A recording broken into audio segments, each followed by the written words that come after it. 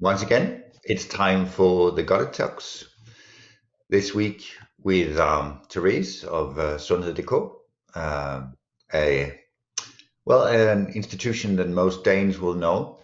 But Therese, for the purposes of this talk and our audience, tell us a little about you and why you work in digital health and that strange entity with a name that most non-Danes would have a challenge on pronouncing. What is it actually that it does? Hmm? Well, first of all, thank you very much for having me. And I'm an anthropologist and a user consultant at Sundhed.dk, which means health.dk, which we can also call it during this talk. And to tell a bit about how I ended up there, I'm an anthropologist, have a master's degree from the University of Copenhagen. And throughout my studies, I've been working with health in one way or the other, both with a digital focus, but also with a focus on how you experience life as being a patient and the meeting with the healthcare system. So I've always had an interest in that, and that led me in the direction of also working a lot with the body and the senses, so hearing, and that was why I ended up at Oticon, where I worked with marketing and innovation, focusing on how we can create better products for people with hearing loss. And after that, I began my own startup with a focus on reducing loneliness among seniors, actually through a digital platform that could kind of enable seniors to log on and see what the internet is, and also give them the most central websites that they needed access to as digital citizens in Denmark. And after that, I started working as a consultant for a small consultancy where I had private and public clients, both with a focus on health and a focus on digital solutions, but also many other things. And that kind of led me to where I am today. I kind of saw a red thread when I, as we say in Danish, when I saw the job post as a user consultant at health.dk, where I kind of see myself as an ambassador for the users. So that's both citizens and healthcare professionals that are using our digital solutions. And what I do there is that I conduct yearly research on the users and their behavior, how they know our solutions, and how they use them in their daily lives. But I also conduct like more day-to-day UX research within projects, and also tend to sometimes look at a more holistic view with more kind of an innovation angle towards our solutions, also together with all the different stakeholders within the public healthcare sector. I as we sometimes some of these talks remind us a little bit about how you also could do TV. So I have an idea that you actually prepared something in advance. Um, but because most non-Danes would of course not really know what Health DK or Sundhed.dk is actually about. So I think you prepared a slide actually for us to see, because it's not really a small operation, is it? No, it's really not. Yeah. So just to share a bit what kind of platform we are a national health platform. We both have a website, but we also have developed several apps One of our most popular apps is the one called Min Sundhed, which means my health. And it has gained a lot of downloads during COVID, so that kind of peaked. It has more than 4.5 million downloads as we speak. And what you can do in our platform is you can both access knowledge, information about health, diseases, symptoms. You can find the right healthcare professional for you. You can find hospitals and a lot of information about different offers, for example, in the municipality, if you want to quit smoking or something like that. So there's a lot of access that's kind of open access to everyone. And then if you're 15 years or if 15 years of age or more, you can also access your health data if you log on. And we're 4.9 million citizens in Denmark, and 83% of the citizens are plus 15 years old, so they have access to their health data. And among those, 88% of the plus 15 years old of the population knows of our platform. And there's quite a high trust within our platform, as it is a public solution. And in general, in Denmark, but also in the Nordic countries, people have quite a high percentage of trust towards the government. So we're really happy about that, and also really proud, because we think that many of, all of the information you can access is provided by healthcare professionals around Denmark. And just to share a bit about how many people visit us, we can see here that this is before COVID. So in a really good month before COVID, we had around 4 million visits per month, around 400,000 unique citizens who would log in to access the health data.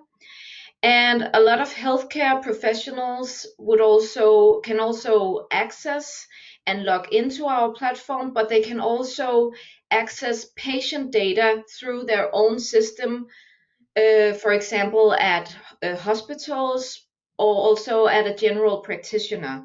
So that was around 90,000 times per month that healthcare professionals access data. And before COVID, we also had almost 100,000 downloads of the app My Health. And to share a bit about what it looks like after COVID, as I said, we have 4.5 million downloads. But during some months during spring, where we launched the Corona passport, we actually had close to 10 million visits per month.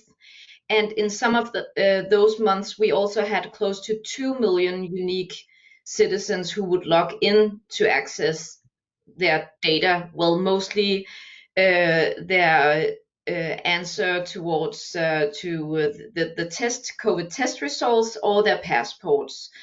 But in average, during these months, you can see it's around 6 million visits and 1 million unique citizen logins. So, so certainly kind of a stress test for any type of system, certainly.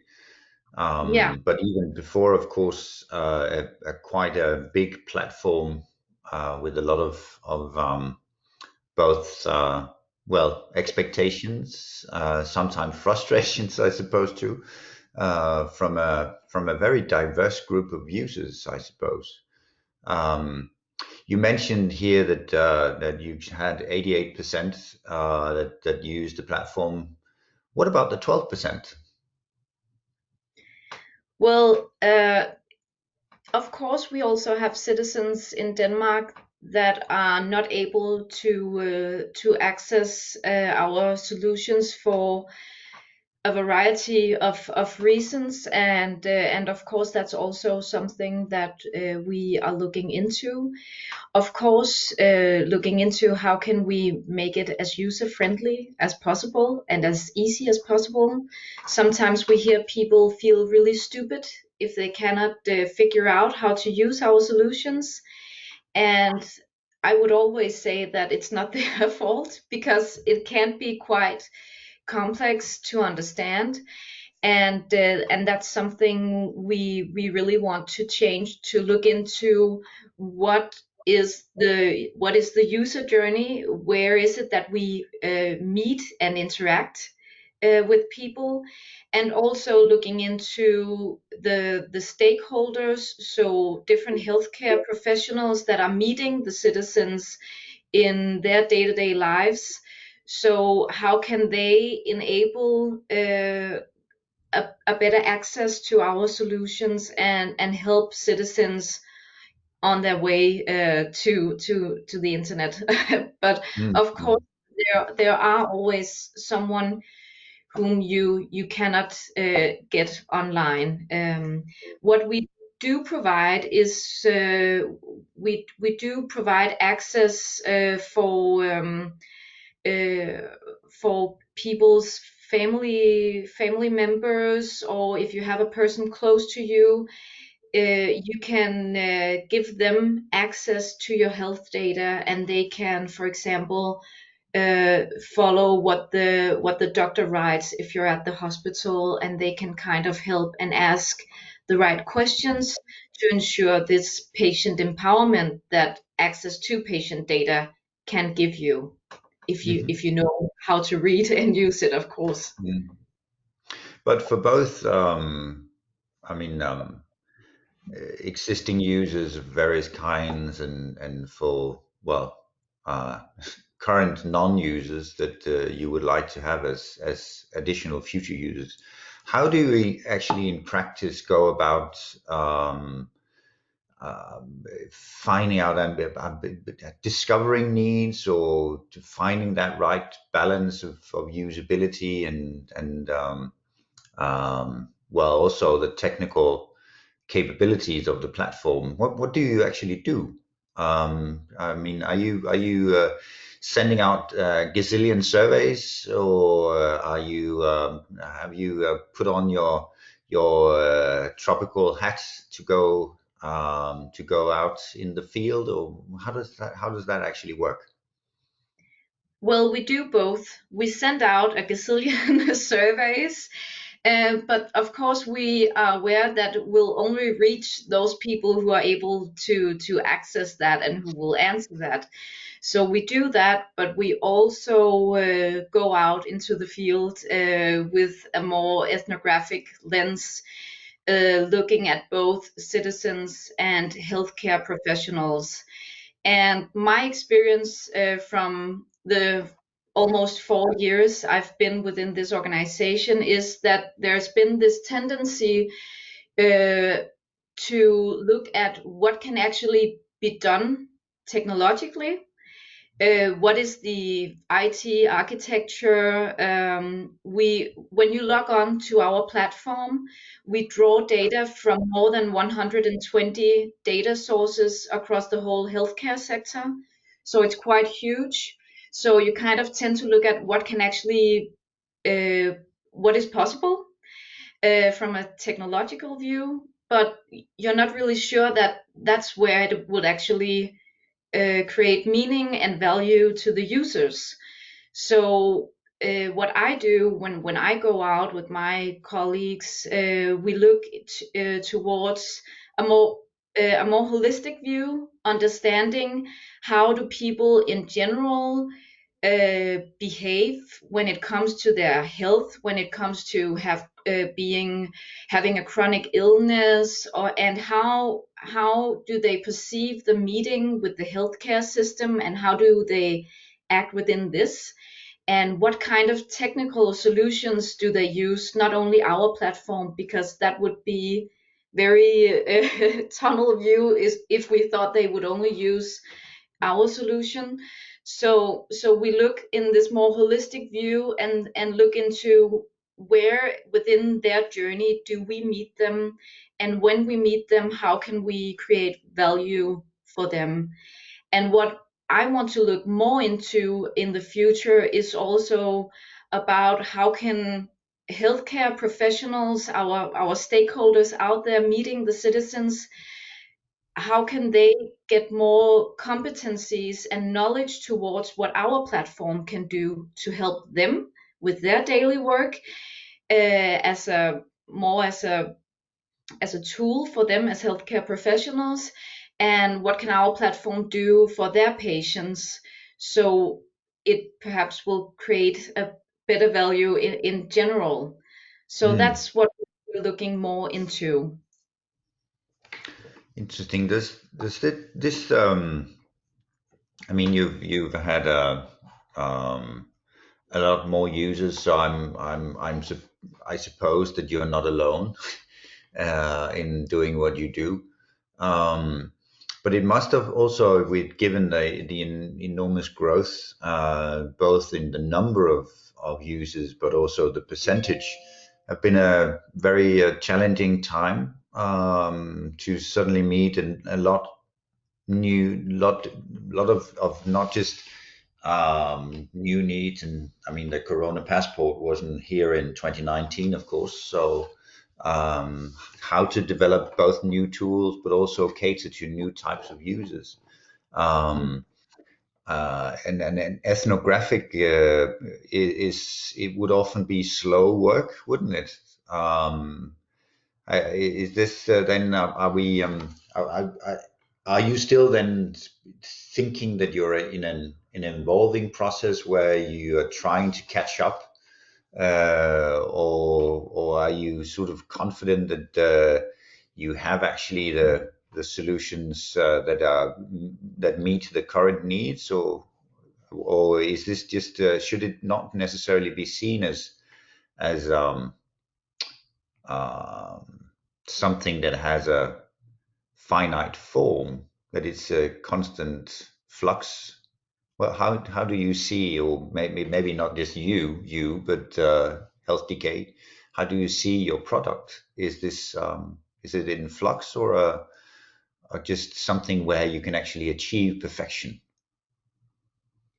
It's definitely in flux. And just to comment on what you said at first, of course, yes, it's not only me, and it's really important that you have a very great team when you do research like this.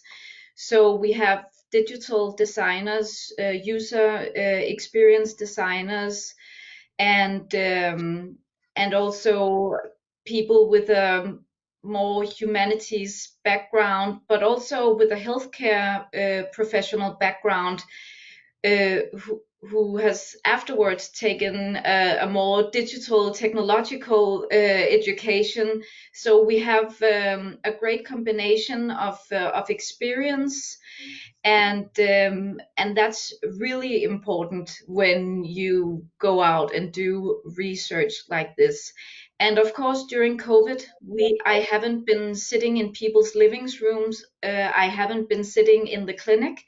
We've been doing a lot of online research where we've been doing video interviews, and that's actually been quite great. And also doing different kind of UX research online, also with seniors, and everything. So that's kind of been interesting, but also really valuable.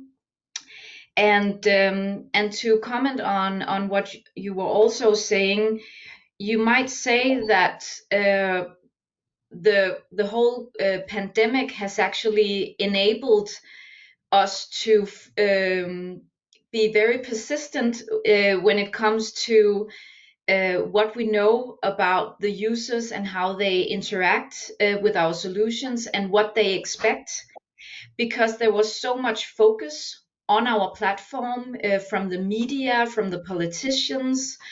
So many of the things that we've known for years, that we haven't been able to kind of come through with, because we needed more data sources and we needed to develop much more. We kind of had to be user friendly because everyone has been watching us during this, and of course we had to act very fast. So as our CEO tells sometimes, that during some of the press conferences where the government presented new solutions that we would provide, we didn't know it. We only knew it from the press conference, as well as all of the other citizens. So we Mm, really had to act very fast. And of course, you don't go out then and conduct 2 months research, but luckily mm, we have a lot of research and we have a lot of knowledge of how our users interact with our solutions. And that's also due to we have a big support team that grew during the pandemic from 4 people to 84 people. And they were in dialogue with the users every day and could also give input towards how should we create the most user-friendly solutions, because they were talking with everyone who was struggling with our solutions. must have been an extra layer of interest that you've had when watching some of those press meetings, not really knowing what you were going to do at work tomorrow. Yeah, Sometimes, yeah. Well, yeah. or at least we can talk about. But obviously, working with, I mean, most people that do whatever they do would like to do what they do. Otherwise, they wouldn't be doing it. Um, and it must have been one very challenging time during Corona for Health DK to do this. Um, and yet, I suppose that it would be wrong to say that you saw the pandemic as a fun journey. Um, but still, from a perspective of, I mean, you saw the number of users that you had before and the number of users that you have had after, and also, as you said, some things that you'd actually known for years and hadn't actually been able to pull through. Was this, from a technological point of view, maybe something that has been a positive element for digital literacy? Um, you think? I would actually say that it has had it's been a positive effect, even though we would of course have been without the pandemic if we could choose. but Mm, but it has been positive because we saw that the politicians who kind of create the agenda for us as well, that they were struggling with figuring out our solutions, and they wanted a notification as soon as their test result was ready. And notifications, that's something that us as researchers and our UXs and our product owners, they have been saying for years, we need to look into notifications, because it's not always positive that you have a really high percentage of visits, because that's also perhaps just a sign that people are constantly going to your platform to see if their test result is there, and it creates a really negative experience if it's not there. mm, And also, and sometimes our platform didn't survive it either, so we kind of have had to press restart, and people couldn't access and everything. So it kind of created this negative spiral in some kind of way, where now we know of this and we can go back and say this was actually what we saw during the pandemic, and this is the way we want to go when we look forward. This is the way. To give you an example as well, one of the most searched words on our platform is blood type. It's very difficult to find your blood type if you log onto our platform. Of course, you need to know which solution you have to go to, and then you also need to know what kind of it's not everyone who has their blood type. It's, for example, if you've been pregnant, they always see what kind of blood type you have, so you can see it there. But it's you never know if you haven't been pregnant, perhaps you don't know if there's your blood type is in the system and Mm. in your data. So this is something that people ask a lot about, but it's very difficult to access. So Hmm. what I want to work with in the future is actually, perhaps it's not relevant for the, well, of course for some healthcare professionals it's relevant what kind of blood type you have, but seen from like from our perspective and the healthcare system's perspective, it's not necessary. It's not what needs to pop up as the first thing when you log on. But if it's necessary for the citizens and that's what they're asking for, and if we have the data, why can't we just present it so it's Mm. more easy to access? So this is kind of changing the view of how we should deliver to citizens. And I think that the pandemic has actually enabled that we are able to work towards this. I don't know when it will happen, but but this Mm. is what I will focus on. Well, given, as you said, I think you said 84 colleagues you have that are actually handling user support. Um, has this then shifted during Corona? I mean, are we just talking about numbers, people asking the same things? Obviously, some of them must have been talking about Corona. But Yeah. have you seen also that that this huge increase in the number of users and usages that people are sort of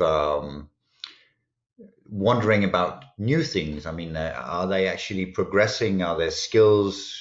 Or is it just a matter of them finding new needs, or are they also gaining in skills and therefore um, that they have higher expectations maybe as well? I think that they are gaining skills and they're also looking into, many people don't have the knowledge about what kind of data they can access and also what they can use the data for. So if they're in process at a hospital or anything, like what can I use my health data for? How can this help me? So some of the research that I've done, many people have said, many people that know of our platform has said like it's not only COVID passport and COVID test, it can do so much more.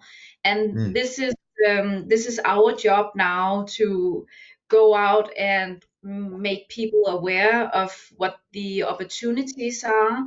And of course, there are many new things that we can do as well, and finding new places where we can create value. But first of all, I think we need to focus on what we actually have and enable people to feel safe when they log on to our platform, and enable them to navigate around our platform, and so they don't think that much about it as some of them do now, and and share the knowledge on how it can help you and empower you if you're a patient or if you're a citizen.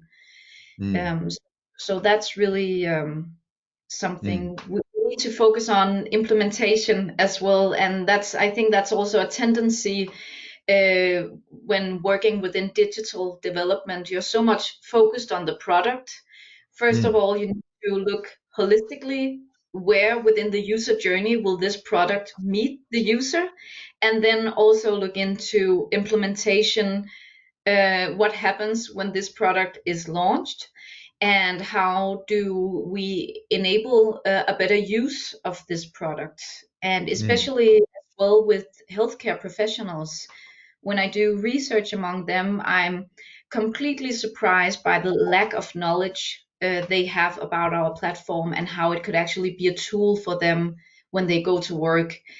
And I don't blame them, but I actually I blame us, and we should really look into how we can make better collaborations with different organizations and educations in order to inform coming and existing healthcare professionals about our platform. Hmm.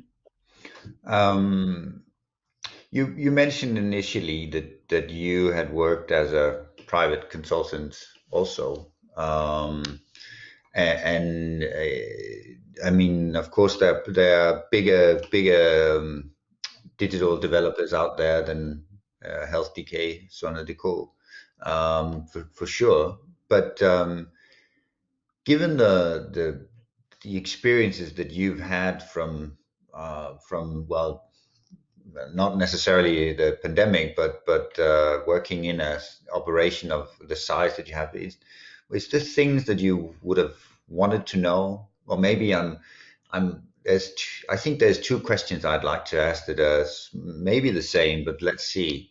Um, One would be if you had advice for smaller digital developers on how to actually balance these needs better, what would it be? And maybe the other one, striking closer to your personal experience, is what would you have hoped that you'd known when you were trying to be a SME and a digital developer yourself? I mean, or personally, I suppose, because you're in a way you're of course still a digital developer. Yeah. I don't know whether it's the same question or two different, but yeah. Well, I will try to answer either way. um, First of all, I think I would really have known more about uh, the the municipalities that we had to work with in our small company, because they weren't that willing to take chances. They really wanted to create value for, in this case, seniors, and they really saw they loved to hear about our product and our journey and how we wanted to work and how we worked with actually going out to the seniors, trying to gain knowledge about how they were digital or not, and what their thoughts towards this was.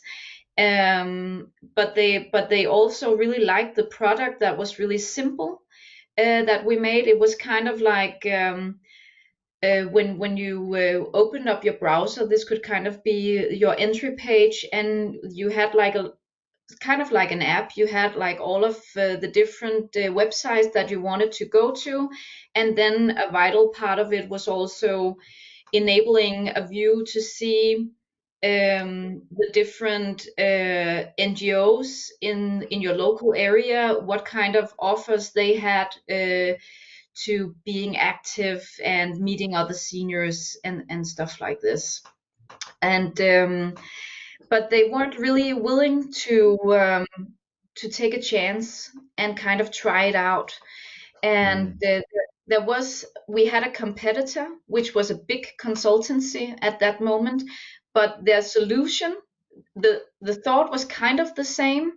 But the solution was not very user friendly, and it was really difficult to navigate. And but because all of the other municipalities, they kind of used that platform, other municipalities wanted to use that as well. So figuring out how to enable to try out and get funding to test and do a pilot with the municipality, and perhaps another public stakeholder, um, would be enabling that would be the biggest help towards our company at that point. And that was kind of where we struggled the most, actually getting them to say, yes, we're going to do this. Do you think that there's, I mean, that it would have been a useful information for you. Do you think that there's tricks that you could have done that would have made that possible, or is this more of a structural problem for most digital developers? Well, we didn't have the same kind of manpower and mandate as the big consultancy company. They were actually kind of able to lobby their way into the whole economic system as well. So actually, the money to use their solution was already there for the municipalities to access. So I guess that that was a really clever way for them to work, to actually get this part of like the whole financial agreements in the public sector, and then saying, "Hey, we have a solution that fits perfectly to that." Mm, Um, so I think that today, I guess that there are several organizations and also more opportunity to do these smaller collaborations and pilots and trying things out. But of course, what you need to make sure is also that this is like a sustainable solution that are able to be implemented in the system and also look at it holistically. mm. Um, yeah, So a wider understanding, not just of the um, technical needs and capabilities, but also of the, mm, I'm not sure if the right word would be the political context, but at least um, the um, ecosystem with which yeah, it resides in. And you, before, when well, you talked about healthcare professionals. I mean, I think you used the phrase surprisingly little knowledge. Um, is this? I mean, you have millions of users, so clearly they are willing to try again and again to navigate. Um, is this at this stage you have would you say that the challenge, even though we were talking about the 12% before, that the challenge is that we have citizens that are not digital literate enough, or would the challenge also be that we have healthcare professionals that are not digital literate enough? I mean, where's the main challenge of those two? oh, that's a difficult question. That's That's very a difficult. maybe a very political response to my question, but yes. Uh, But we see that healthcare professionals also lack digital competencies, and there are several projects right now with a focus on giving them more digital competencies, but there's also a focus on the citizens as well. And I guess that what has changed during the pandemic is that our platform kind of went from being nice to have. So it's mm, nice if you know how to use it or can figure out how to use it. If you have a high literacy and everything, this can actually create value for you.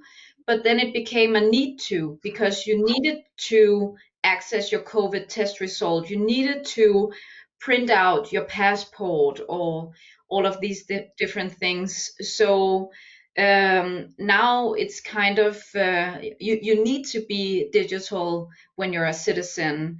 And mm, I saw that the EU Commission has now said that Denmark is number one once again when it comes to being digital. But their advice, their advice to Denmark is also that they need to give people more digital competencies in order to use these solutions. And of course, you can do that by uh, getting access to perhaps online courses, but it could also be in activity centers for seniors, and that's all already going on quite a lot at the moment.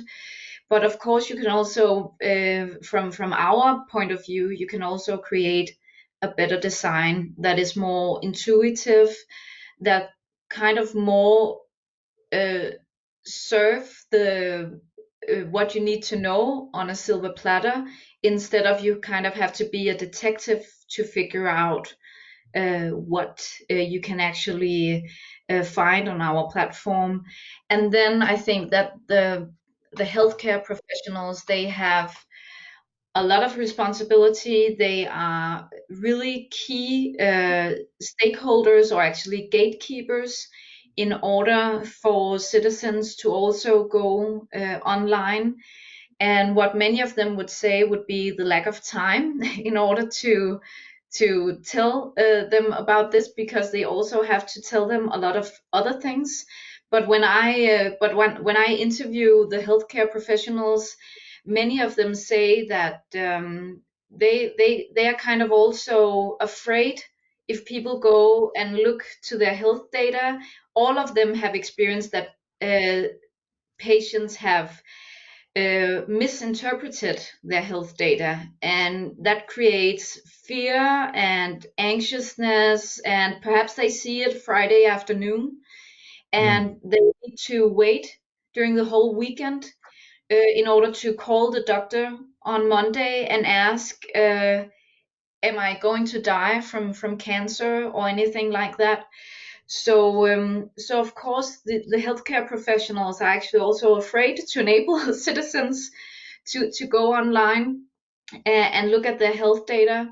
So they need to know more about how it can help people, but Mm. also they need to we need to enable that citizens or patients in some way or the other can always get access, personal access to a healthcare professional that can guide them through a lot of this health data and make them understand um, more thoroughly what the journal actually says. Because it's Mm. written in Latin, and it's it's very difficult for most people to understand. And what we see from some of our research is that the more into your own health data you go, the more alienated you actually feel. Mm. So this is something that we need to recognize and figure out how we can change this. Um, well, the word "we" here is interesting. Is would the "we" here be that you're talking about the need in the digital community to be much better at designing good slash perfect solutions that solves those challenges or fits those needs? Or should we invest much more also in actually training, educating the population? Is it possible for the digital um, developers to cover that ground? Can you actually find something that is, I mean, the user data, as you say, once you dig deeper, you become more and more alienated sometimes. Um, these data, I mean, you can't simply uh, Disneyfy or Mickey Mouse complex data. The data is data. Um, but how is this just a matter of a better data visualization? Are we talking about poor programming even in 2021? Or are we also talking about that we needed a slightly a bit of a evolution or revolution maybe on how we consider to be basic skills in our population? Well, I would say that we can try to solve some of it with good design, but I'm not saying it's the solution. Mm, I I think that with a better design, you are able to, first of all, you enable that people don't feel stupid when they access our solution. And when, if they feel stupid, they get insecure and vulnerable, and perhaps they're already in a vulnerable situation. mm, So with better design and with better access to the relevant information, we can try to solve some of it. mm, I think we also should focus on the digital competencies of uh, of the citizens and the healthcare professionals, and mm, perhaps we should also look into the different kinds of collaborations we can do. What's already happening now? Try to kind of map that. Who's teaching what to whom? To kind of see that, and but perhaps also think in new ways. So never think of the technical solution alone, because mm, the technical solution never stands alone. You're mm, always interacting with the solution. Either it's you alone as a patient, it's within your family, or it's next to the healthcare professional, that you're kind of looking to something, and you need to understand that and grasp that, and we could create better collaborations, so you're able to be better equipped, either if you're a citizen or healthcare professionals, to understand these solutions, and also to understand or how to navigate in this. Should I actually access my journal right now, or should I wait for the doctor to call? And all of these different ways of working with it. mm. I don't know if Uh, that's an answer. it's, it is certainly an approach to consider and an answer too.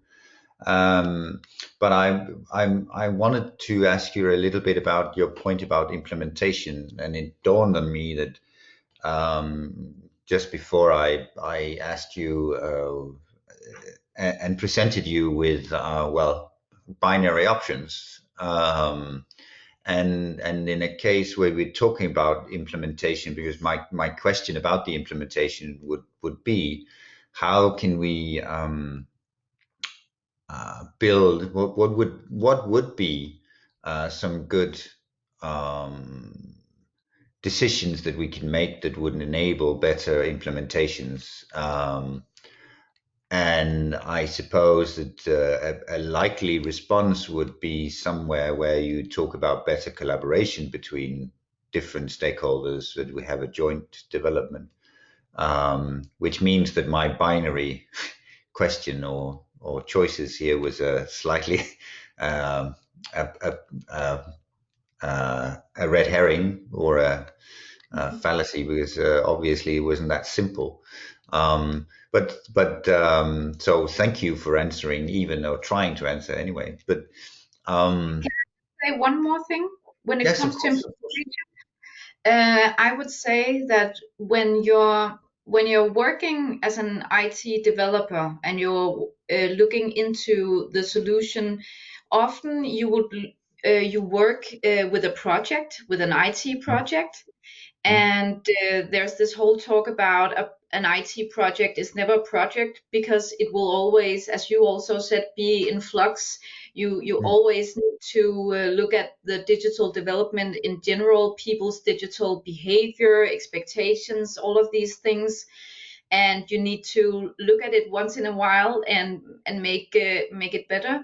But what I'm trying to do when I go into these IT projects is also to say, what about implementation? What are the plans? Is this part of the budget? Is implementation part of the project? Should we make educational materials? Should we figure out which conferences for doctors and other healthcare professionals do we need to go to, tell them about this new solution? So kind of mapping that out and making a plan, then I think that you would be just a tiny step further. You wouldn't solve the problem, but I think that that's what I'm trying to do at the moment when I'm presented towards new projects or programs. What are the plans for implementation, and rarely it's actually there. That's what I Mm. experience. Then it's kind of up to other different stakeholders, but no one is feeling responsible because they didn't develop the solution.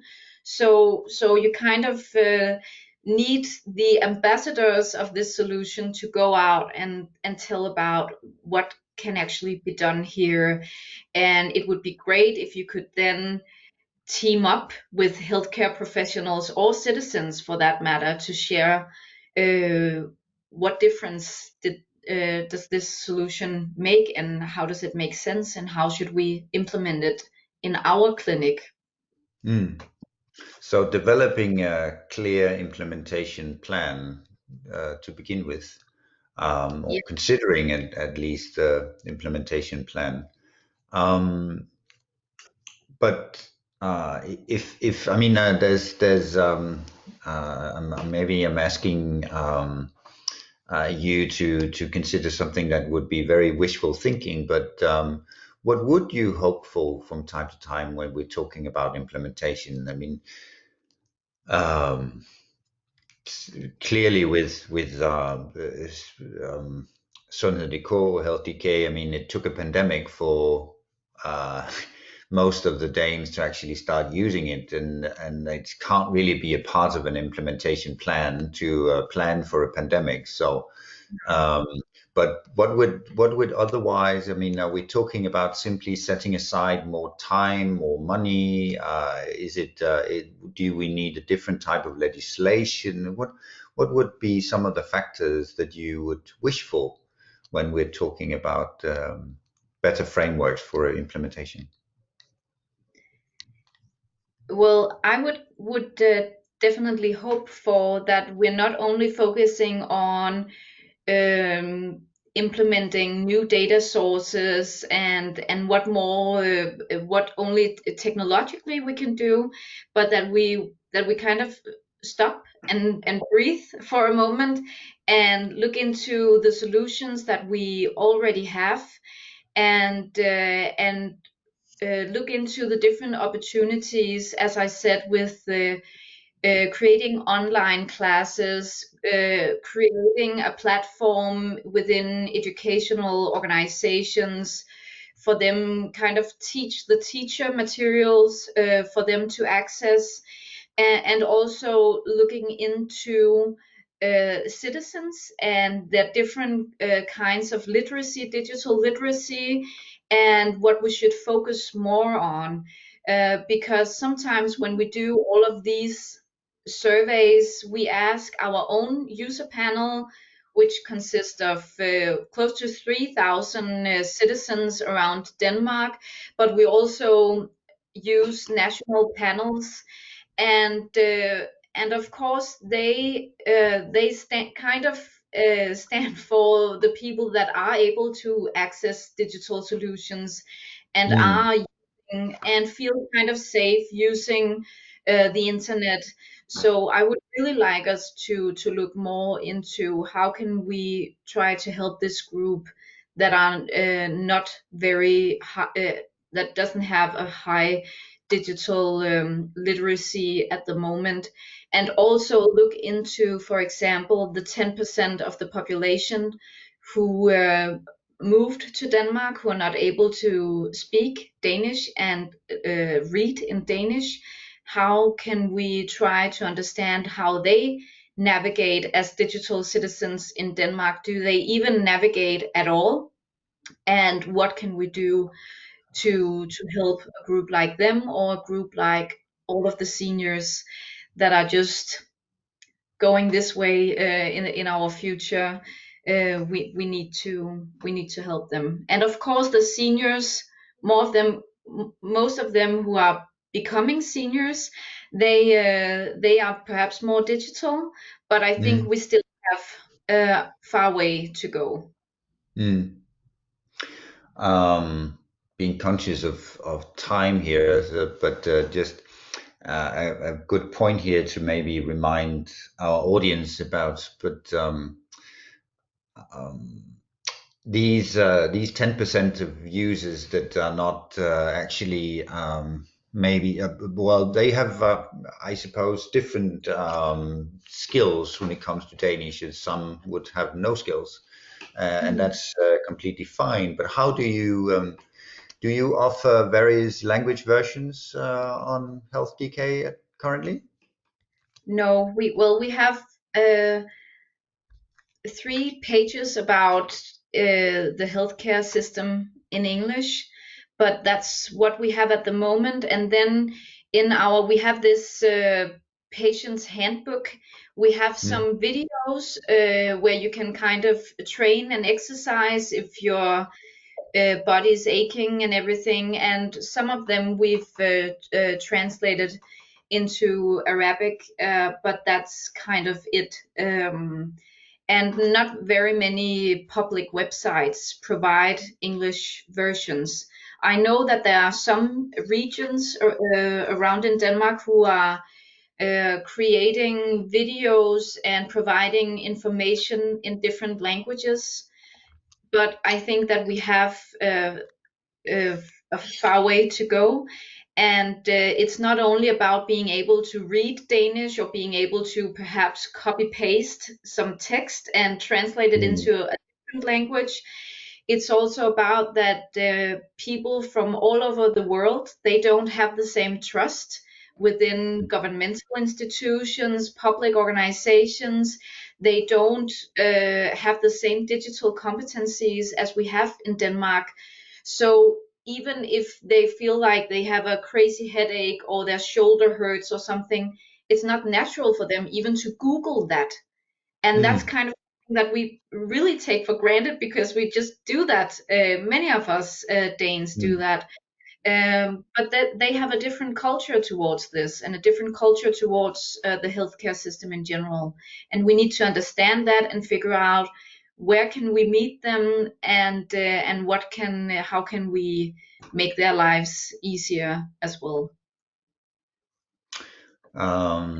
Trying to develop solutions that would fit user needs and user digital literacy as well. It was a pleasure talking to you again, Therese. I look forward to joining or using, as I'm a Dane too, of course, future solutions from Sundhed.dk in Danish mostly, um, but hopefully at one point in the future also for the Danes that have different language skills too, or different digital literacies as well. Thank you very much for joining me today. It was a pleasure. Thank you for having me.